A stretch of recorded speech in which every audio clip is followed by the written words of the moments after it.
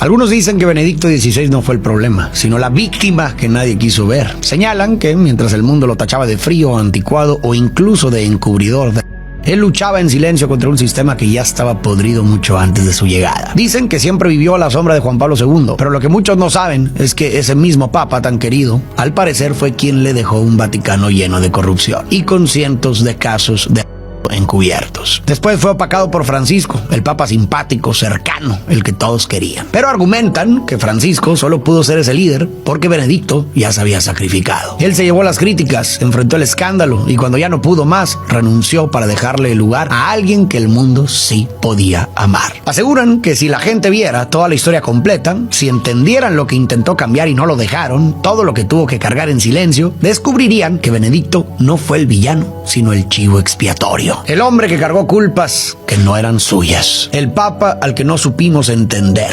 hasta que ya fue demasiado tarde. Hoy vamos a explorar esta perspectiva desde la película Los dos papas. La gente se amontona para escuchar a un hombre, el cardenal Jorge Bergoglio. Entre chistes les cuenta la historia de Francisco, un joven que un día entró a una capilla destruida y creyó escuchar la voz de Dios diciendo: Francisco, repara mi iglesia. Y aunque nadie lo sabe todavía, esa frase va a marcar el punto de quiebre más importante en la vida de Bergoglio. Hace calor, están apretados, pero nadie se va, porque Bergoglio les habla de Dios, que no los juzga, sino que también disfruta del fútbol, que entiende el cansancio y la pobreza que ellos atraviesan. Recibe la noticia: el Papa Juan Pablo II ha muerto. El mundo entero entra en luto. Juan Pablo II fue uno de los papas más queridos de la historia, y muchos dicen que hay dos razones que explican por qué. La primera es la que muchos conocen. No se quedó encerrado en el Vaticano dictando reglas desde lejos, sino que viajó a 129 países, caminó entre la gente, los abrazó, visitó hospitales, cárceles y barrios. Era carismático y cercano. Pero la segunda razón es más incómoda. Juan Pablo II fue tan querido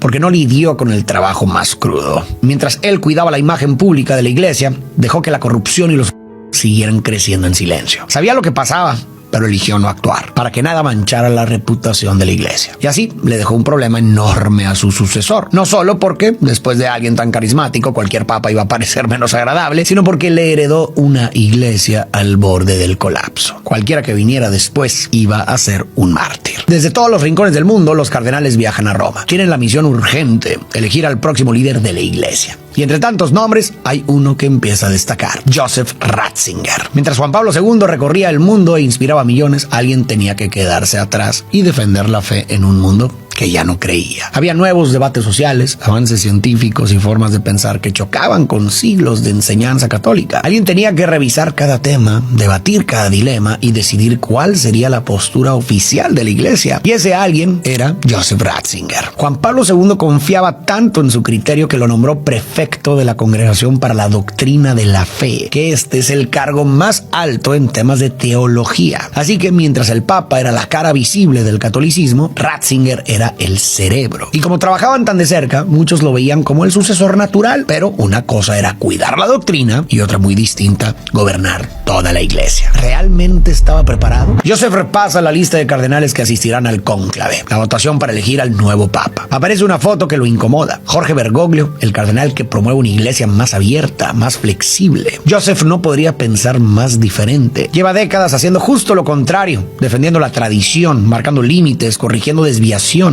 Para él, Bergoglio no solo está equivocado, sino que es una amenaza. Más tarde, Joseph está lavándose las manos cuando escucha a alguien silbando una canción. Es Bergoglio. Ratzinger, intentando ser amable, le pregunta qué himno es ese. Bergoglio sonríe: Dancing Queen, de ABBA.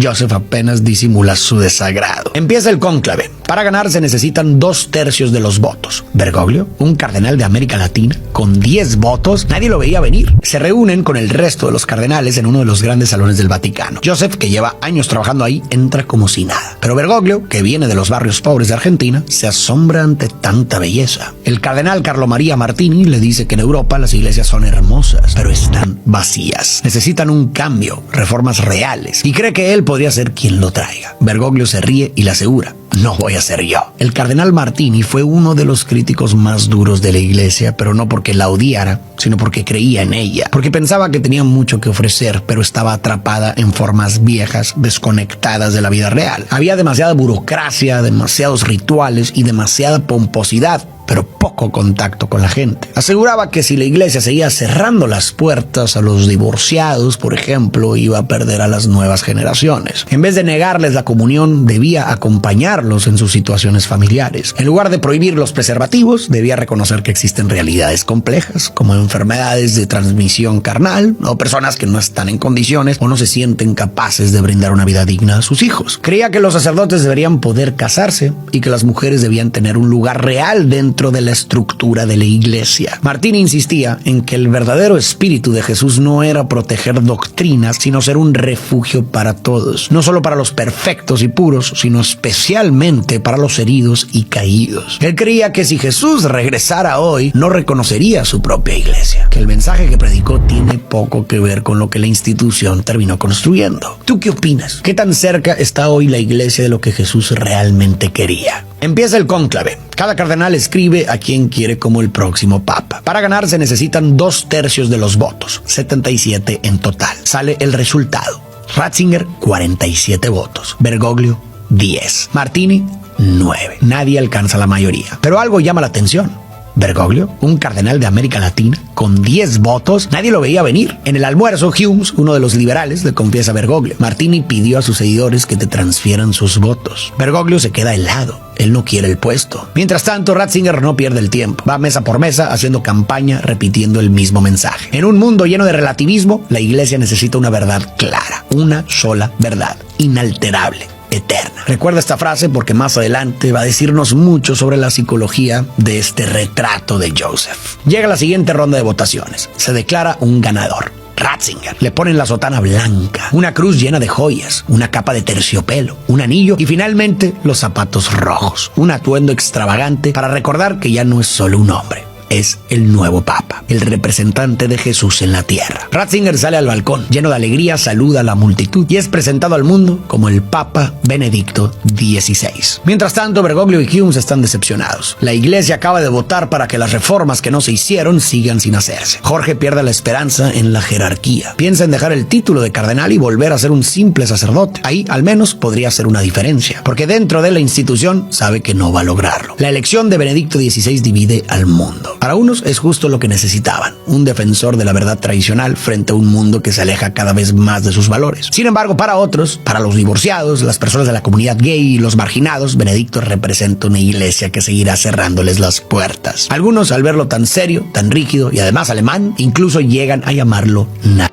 Irrumpe un escándalo en la iglesia, que revelan la corrupción dentro de la institución. Denuncias que fueron ignoradas o directamente tapadas. Pasan los años y en 2012 Jorge está listo para renunciar a su puesto como cardenal. Le envía su renuncia al Papa, pero este le responde que mejor viaje a Roma para hablarlo en persona. Irrumpe un escándalo en la iglesia. El asistente personal del Papa, Paolo Gabriel, filtra documentos confidenciales del Vaticano a la prensa que revelan la corrupción dentro de la institución. Dinero destinado a obras de caridad que nunca llegó a donde debía. Sobornos para conseguir contratos dentro del Vaticano. Grupos rivales peleando por controlar las decisiones del Papa. Denuncias que fueron ignoradas o directamente tapadas. El escándalo, conocido como Vatilix, mostró al Vaticano como un juego de poder, corrupción y traiciones. Y lo más grave, evidenció que el control se le estaba escapando de las manos a Benedicto. Eso hizo que muchos lo criticaran con dureza. Pero espera, ¿todo esto fue culpa de Benedicto? En realidad, parece que no. Los problemas de corrupción dentro del Vaticano venían de mucho antes. De hecho, buena parte se gestó durante el papado de Juan Pablo II, porque mientras él viajaba por el mundo para atraer más fieles, las responsabilidades administrativas que venían con el cargo quedaron descuidadas. Así, la curia, es decir, los funcionarios que se quedaron manejando el Vaticano, comenzó a acumular poder y a tomar decisiones sin mucha transparencia. Para cuando Benedicto heredó el puesto, el sistema ya estaba totalmente descompuesto. Es irónico y hasta trágico que Juan Pablo II sea tan amado y Benedicto tan criticado, porque uno de los errores más graves por los que se juzga a Benedicto,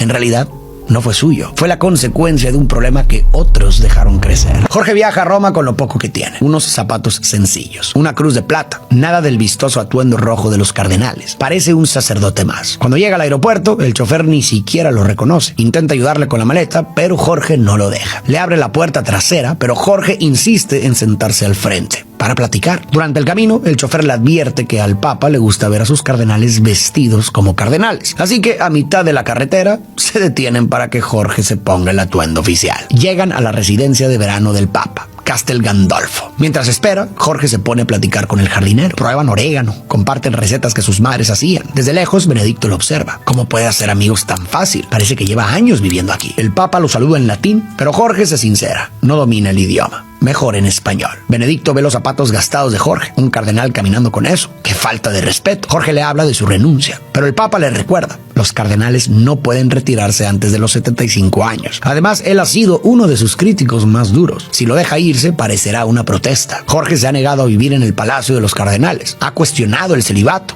el trato a las personas gay, la negativa de dar comunión a los divorciados. Cada vez que habla, cada paso que da en esos zapatos es una crítica a la iglesia. Jorge explica: Jesús vino a llamar a los pecadores. La comunión no debería ser un premio para los virtuosos, sino alimento para los hambrientos, para los que más lo necesitan. Benedicto, enfadado, le responde: entonces, ¿importa más lo que tú crees que lo que la iglesia ha enseñado durante años? Le recuerda que las doctrinas y las reglas están ahí para dar orden. Pero para Jorge, esas reglas solo construyen muros, dividen y excluyen. Y mientras tanto, la iglesia está perdiendo a demasiada gente. El mundo está cambiando y la iglesia, si quiere seguir viva, necesita cambiar también. Sin embargo, Benedicto se mantiene firme. Dios no cambia y su verdad tampoco. Su misión es defender más de 2000 años de tradición. Pero para Jorge ese es precisamente el problema. Han pasado demasiado tiempo defendiendo esa tradición, discutiendo si las misas deben ser en latín, si las niñas pueden ser monaguillos, y mientras tanto han descuidado los verdaderos problemas. Benedicto y Jorge no solo chocan en su forma de entender la iglesia, sino en su visión del mundo. Comparten la misma religión, pero sus valores fundamentales son radicalmente distintos. Benedicto claramente es un conservador, alguien que cree que lo mejor es conservar las cosas tal y como están, por protección, porque piensa que si algo ha funcionado por mucho tiempo, cambiarlo podría ser un riesgo. Para él, las reglas, la tradición y el orden son como un escudo contra la incertidumbre. Y lo interesante es que esto no parece ser solo una postura intelectual. Como explica el psicólogo Jonathan Haidt, nuestras ideas políticas y religiosas no vienen únicamente de la razón, sino también de nuestro temperamento y nuestras necesidades emocionales más profundas. Las personas con una postura conservadora suelen tener una mayor necesidad de seguridad. Les preocupa el desorden y la pérdida de control. Por eso valoran tanto la autoridad y las normas claras y les cuesta aceptar los cambios rápidos o las rupturas con la tradición. Si miramos el pasado de Ratzinger, todo empieza a tener un poco más de sentido. Nació en 1927 en Alemania, justo en el periodo entre guerras. El país estaba en crisis económica, la política era un desastre y en medio de ese caos Adolf llegó al poder. Su ideología empezó a deformar la verdad y los valores e incluso la religión, y con eso vino el odio y la división. Después estalló la guerra y con ella bombardeos, hambre y miedo. Alemania quedó destruida física y moralmente. Y en ese contexto nos sorprende que cuando todo terminó, Ratzinger buscara algo firme a lo que aferrarse, algo que no se doblara con las ideologías del momento, algo que marcara con claridad lo que estaba bien y lo que estaba mal. Y parece ser que encontró justo eso en la teología católica, una verdad eterna e inamovible que le daba seguridad. Se dedicó a estudiar la doctrina con una profundidad casi obsesiva. Quería que todo estuviera claro, sin contradicciones, y que se mantuviera fiel a la tradición. Con el tiempo se convirtió en uno de los pensadores más importantes del Vaticano. Como dije antes, fue nombrado prefecto de la Congregación para la Doctrina de la Fe,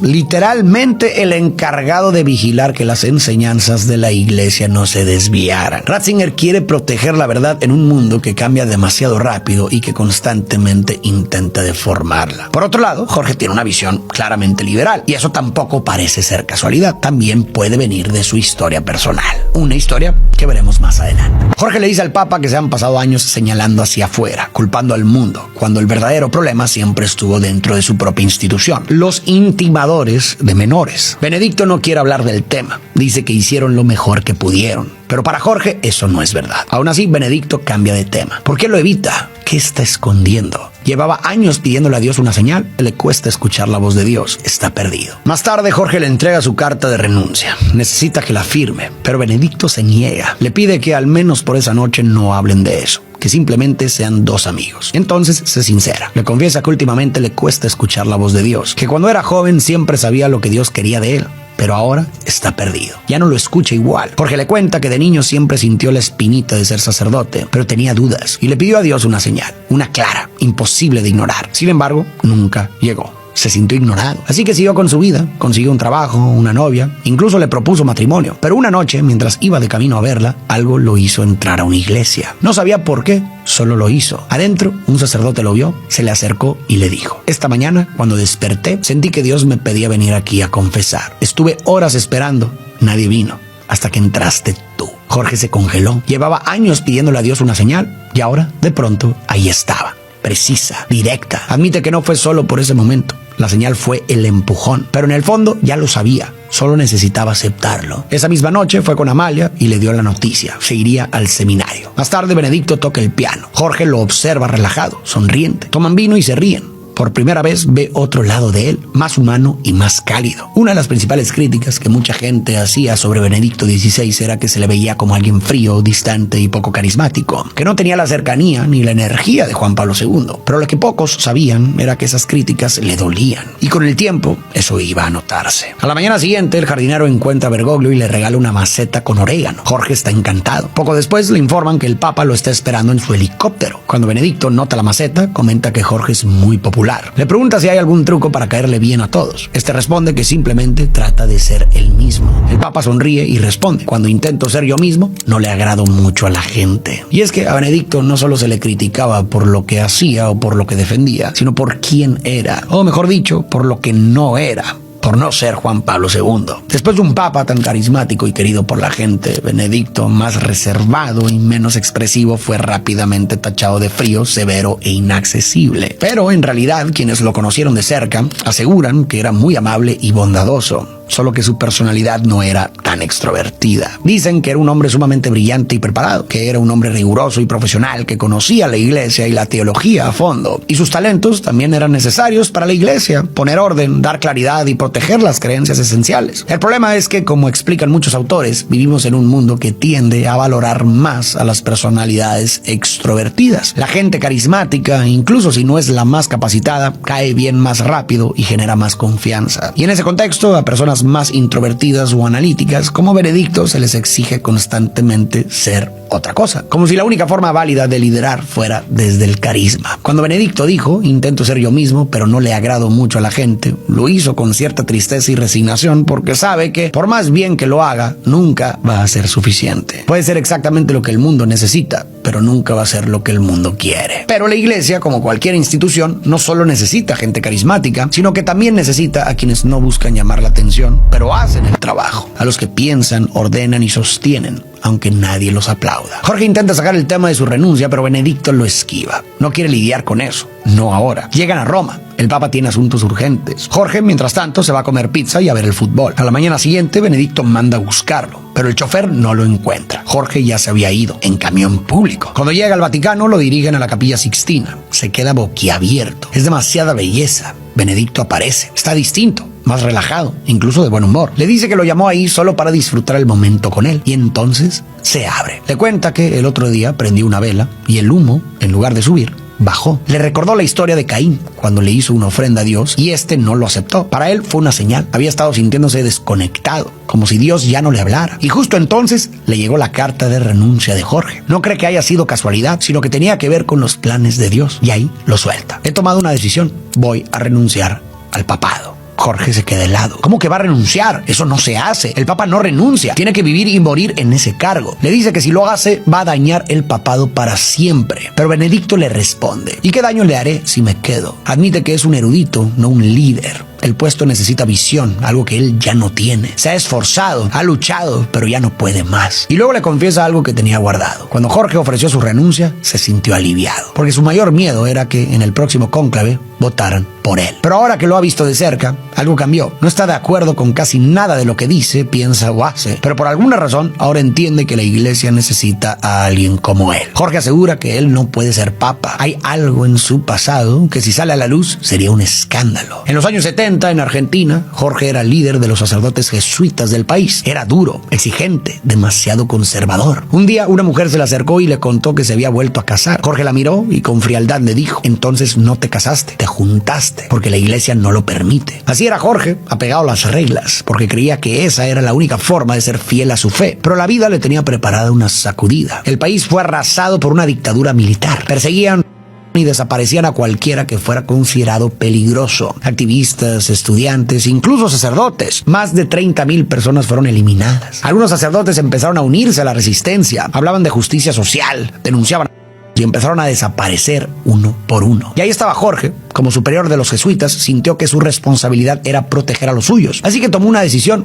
negociar con el régimen. Se reunió con Emilio Massera, uno de los jefes de la dictadura militar, y llegó a un acuerdo. Los sacerdotes dejarían de hablar de política, quemarían libros peligrosos y abandonarían todo activismo social. A cambio, el régimen les garantizaría protección. Jorge transmitió la orden: debían abandonar sus actividades en las villas, dejar de apoyar a los más necesitados. Pero dos de sus sacerdotes, Yalix y Iorio, se negaron. Decían que su deber no era protegerse a sí mismos, sino estar con los que más sufrían. Desobedecieron las órdenes de Jorge y continuaron con su labor. Y entonces Jorge hizo algo que lo perseguiría por décadas. Les retiró su protección oficial. No los entregó, no los denunció, pero tampoco los defendió. Y poco después, la dictadura los capturó. Durante meses, les rompieron las manos. Intentaron quebrarlos física y mentalmente. Jorge se arrepintió de haberlos dejado a su suerte. Intentó interceder, habló con Massera, pero nada funcionó. Hizo todo lo que pudo por otros. Ayudó a varios a cruzar la frontera. Escondió familias en el seminario, salvó decenas de vidas, pero para él nunca fue suficiente. En el momento que más importaba, no estuvo a la altura. Eligió quedarse al margen, negociando con el poder, cuando debería haber estado al lado de los que sufrían. ¿Cómo lo habría hecho Jesús? Benedicto lo escucha y le dice: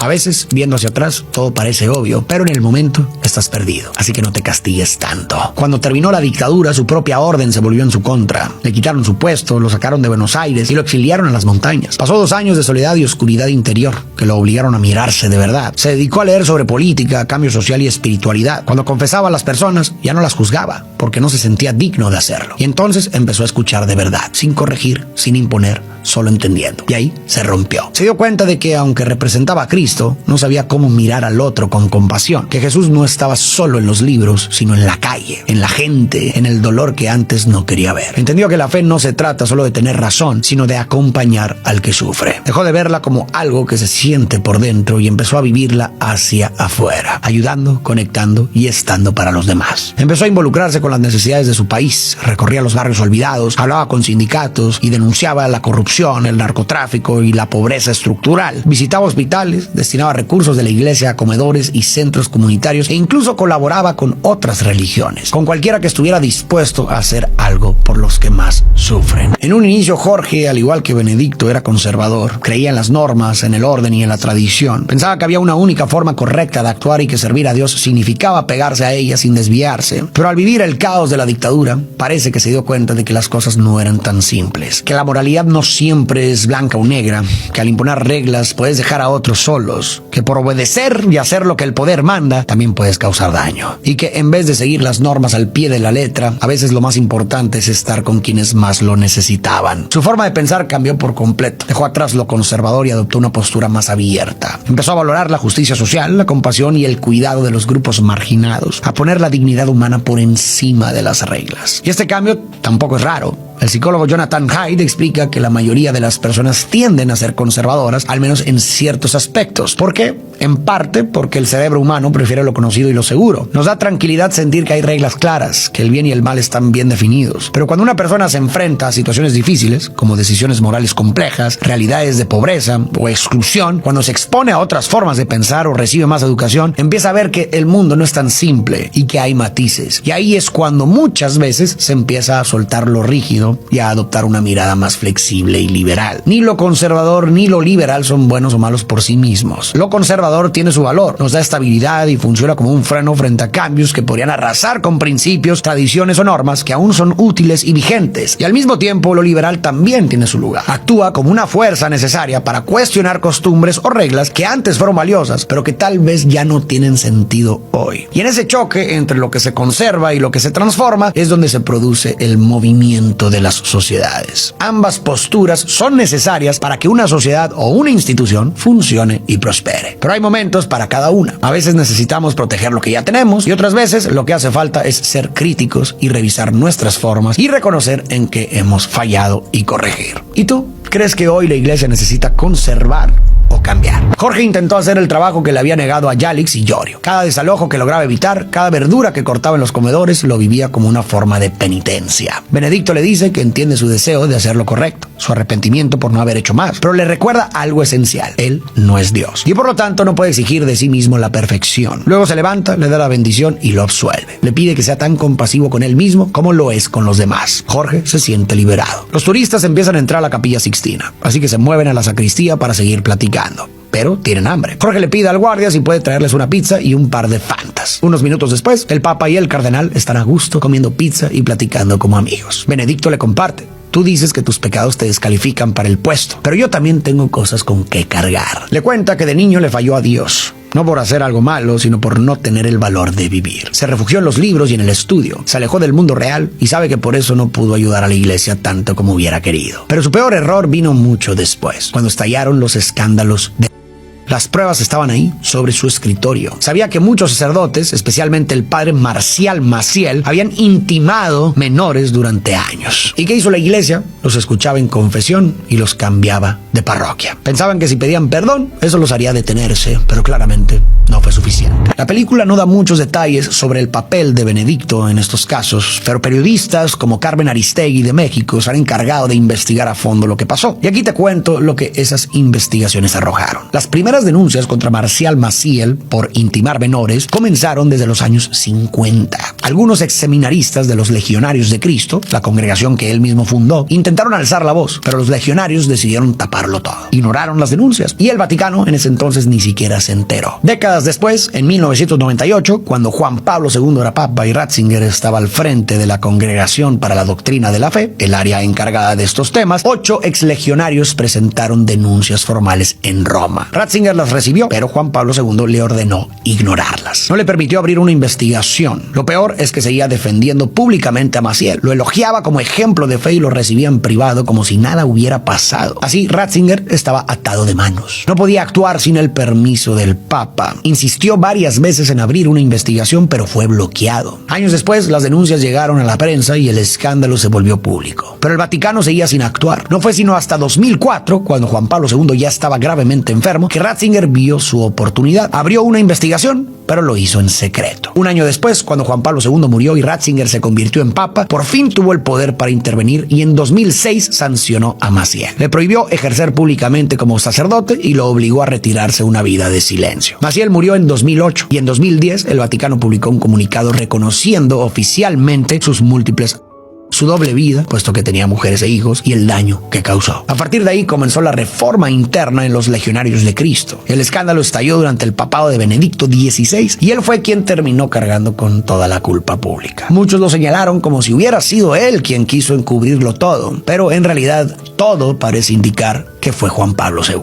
Benedicto sí quería actuar, insistió una y otra vez en abrir una investigación, pero siempre lo bloquearon. Y en cuanto tuvo la oportunidad, ordenó investigar, sancionar y reconocer públicamente lo que había pasado. Pero quizás lo más sorprendente de todo fue cómo asumió la responsabilidad. No se lavó las manos, no culpó a su antecesor, aunque tenía razones de sobra para hacerlo. Como buen líder, dio la cara, incluso por errores que no fueron suyos. Una vez más lo condenaron por lo que otros hicieron y casi nadie salió a defenderlo. Jorge está indignado, furioso. Dejaron que inocentes sufrieran. Le dice que si esa es la razón por la que quiere retirarse, entonces no puede hacerlo. Debe quedarse, corregir lo que falta, pero Benedicto lo detiene. No es eso. Hace tiempo que no siente la presencia de Dios. Cree en Él, le reza, pero no escucha nada de regreso. Hasta estos últimos días. Ha empezado a volver a oír su voz en Bergoglio. Tal vez no escuchaba a Dios porque no quería aceptar lo que le estaba diciendo, que debía hacerse a un lado y dejar su lugar a alguien que pensaba radicalmente distinto. Jorge se levanta y extiende la mano. En nombre de Dios le perdona sus pecados. Benedicto respira, siente el perdón,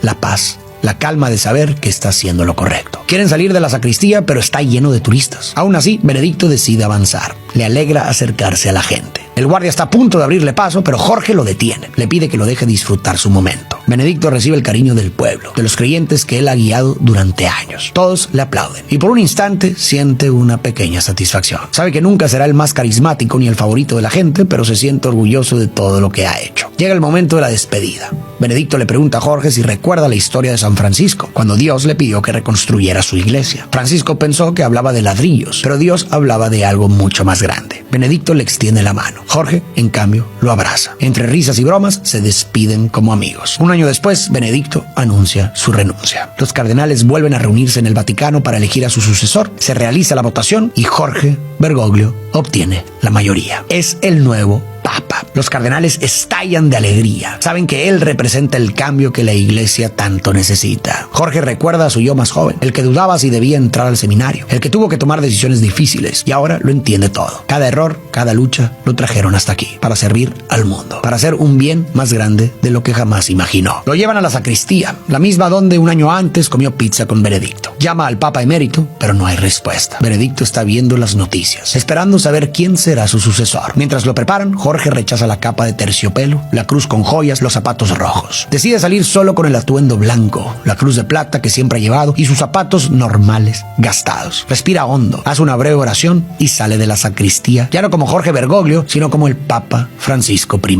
Un nombre que elige en honor al enorme trabajo que le espera, reconstruir la iglesia. Y también por lo que representa sencillez y un compromiso profundo con los más pobres. Francisco sale al balcón, con una enorme sonrisa y su carisma natural, saluda a la multitud. Hace una broma sobre por qué lo eligieron a él y en segundos el mundo lo ama, por su chispa y su cercanía. Benedicto sonríe. Es justo lo que deseaba, lo que la iglesia necesita. Francisco hace una oración por el Papa emérito y del otro lado de la pantalla, Benedicto se conmueve. Pasan los meses. Francisco arranca su papado con fuerza. Visita Manila, Ciudad de México, Seúl, Lima, Nueva York, Nairobi y Río de Janeiro. Saluda a los creyentes, apoya causas sociales, lleva atención a los marginados, habla de aceptación, de amor y de compasión. Abre las puertas de la iglesia y la película cierra con una toma real. El Papa emérito Benedicto saludando a Francisco, con gusto y con mucho orgullo. El mundo estaba cambiando demasiado rápido y la iglesia parecía quedarse atrás. Benedicto pensó que la solución era resistir, aferrarse más fuerte a la tradición y a las reglas, pero con el tiempo entendió que eso no estaba funcionando. Entonces conoció de cerca a Jorge Bergoglio, alguien con una actitud completamente opuesta a la suya, y poco a poco fue viendo que quizás la respuesta estaba justo ahí, en un hombre más flexible que ponía las necesidades de las personas por encima de las normas. Y es que en el fondo, ese siempre fue el mensaje esencial de Jesús. No vino a imponer reglas ni a construir una teología, sino que vino a traer un mensaje de amor y de inclusión para todos: adúlteras, ladrones, pecadores, fariseos, romanos, cobradores de impuestos, etc. Nadie quedaba fuera. Con el tiempo, parece que la iglesia fue perdiendo ese espíritu. Se volvió experta en rituales, normas y discusiones teológicas, en definir quién pertenece y quién no, y se olvidó que el cristianismo comenzó como un acto de amor. Algo admirable de Joseph Ratzinger es que, a pesar de haber dedicado toda su vida a defender la tradición, fue capaz de ver y aceptar que la iglesia ya no necesitaba a alguien como él, que por más buenas intenciones que tuviera, si seguía al frente, podía terminar haciéndole más mal que bien. Así que en un acto de verdadera humildad y servicio, renunció al cargo más alto y lo entregó sin ego ni resistencia, a alguien completamente diferente. También fue un acto de valentía, porque con lo mucho que valoraba la tradición, no debió resultarle nada fácil romper con ella y convertirse en el primer papa en siglos que deja el cargo antes de morir. Pero bueno, para los que son creyentes, que esta historia sirva como un recordatorio de que quizás seguir las enseñanzas de Jesús no consista en repetir dogmas, sino simplemente en acercarse al otro, en caminar con el que sufre y, cuando haga falta, tener el coraje de soltar las reglas, si eso significa amar mejor. Y para los no creyentes, también hay un mensaje que se puede extraer. En un mundo donde todos quieren tener razón y tener control, Benedicto XVI nos enseña a saber escuchar al que piensa distinto, a reconocer que también tiene algo que aportar, a atreverse a cambiar y, si es necesario, por el bien de los demás, hasta ceder el poder.